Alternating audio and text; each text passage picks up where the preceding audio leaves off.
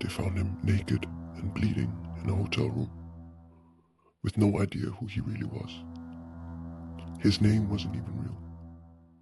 And the strangest part, he had been receiving mysterious phone calls from someone who may have been watching him die. This is the horrifying murder of Artemus Ogletree. A case so strange, it'll make your skin crawl. Imagine checking into a hotel and never checking out. That's what happened to a young man in 1935. A man who called himself Roland T. Owen. Only, he wasn't. His story is one of deception, shadowy figures, and a crime so unsettling that even decades later, no one can fully explain it. By the time the police got involved, the truth was buried under layers of lies. What really happened in room 1046? Let's unravel this chilling mystery piece by piece. Kansas City, Missouri was cold and quiet on January 2nd, 1935. The President Hotel, a newly built high-rise, catered to traveling businessmen and those seeking a bit of luxury. That's why it seemed odd when a young man, no more than 20, walked into the lobby carrying nothing but a small comb, a toothbrush, and toothpaste. No suitcase, no change of clothes, nothing. He signed the guest book as Roland T. Owen, but as you'll learn, that name was as much a mystery as he was. Owen requested an interior room, one without windows to the street. Room 1046 fit the bill. A small, dimly lit space, perfect for privacy. A bellboy escorted him upstairs. The man barely spoke. His dark hair was slicked back, his features sharp, but his expression cold, distant, like someone carrying a heavy secret. From the start, things were strange. Owen didn't act like a typical guest. Staff reported seeing him pacing the room and whispering into the phone. He seemed agitated, almost paranoid. And then, just one day after his arrival, hotel staff began noticing that things didn't add up. The maid assigned to room 1046 was Mary Soptic, who would later tell police that her encounters with Owen left her unsettled. The first time she entered the room to clean, Owen sat silently in the dark, the only light coming from a single dim lamp. He allowed her to tidy up, but told her to leave the door unlocked when she left. "I'm expecting a friend," he said. That night, guests on the 10th floor reported hearing loud arguing coming from room 1046. But by the time hotel staff checked, everything was quiet. The next morning, when Mary returned to clean, she found Owen sitting in the same spot in the dark. This time, there was a note on the desk. It read, "Done. I will be back in 15 minutes. Wait." Who was Don? No one knew. And why did Owen's every move seem so off? The following morning, January 3rd, Mary Soptic returned to clean room 1046.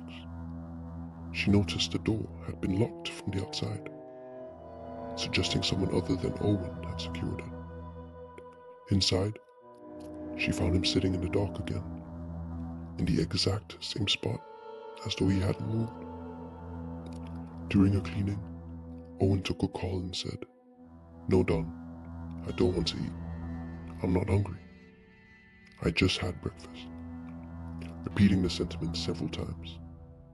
That evening, when Mary brought fresh towels, she heard two men talking inside the room.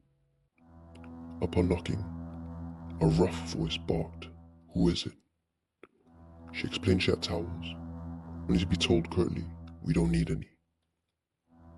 Later that night, a woman in room 1048 reported hearing loud arguments, male and female voices along with cursing. The 10th floor seemed unusually lively, with a party also happening in room 1055. Things started to take a darker turn on January 4th. At around 7 a.m., the switchboard operator noticed that Owen's phone had been off the hook for a long time without being used. She sent the bellboy, Randolph Probst, to check on the situation.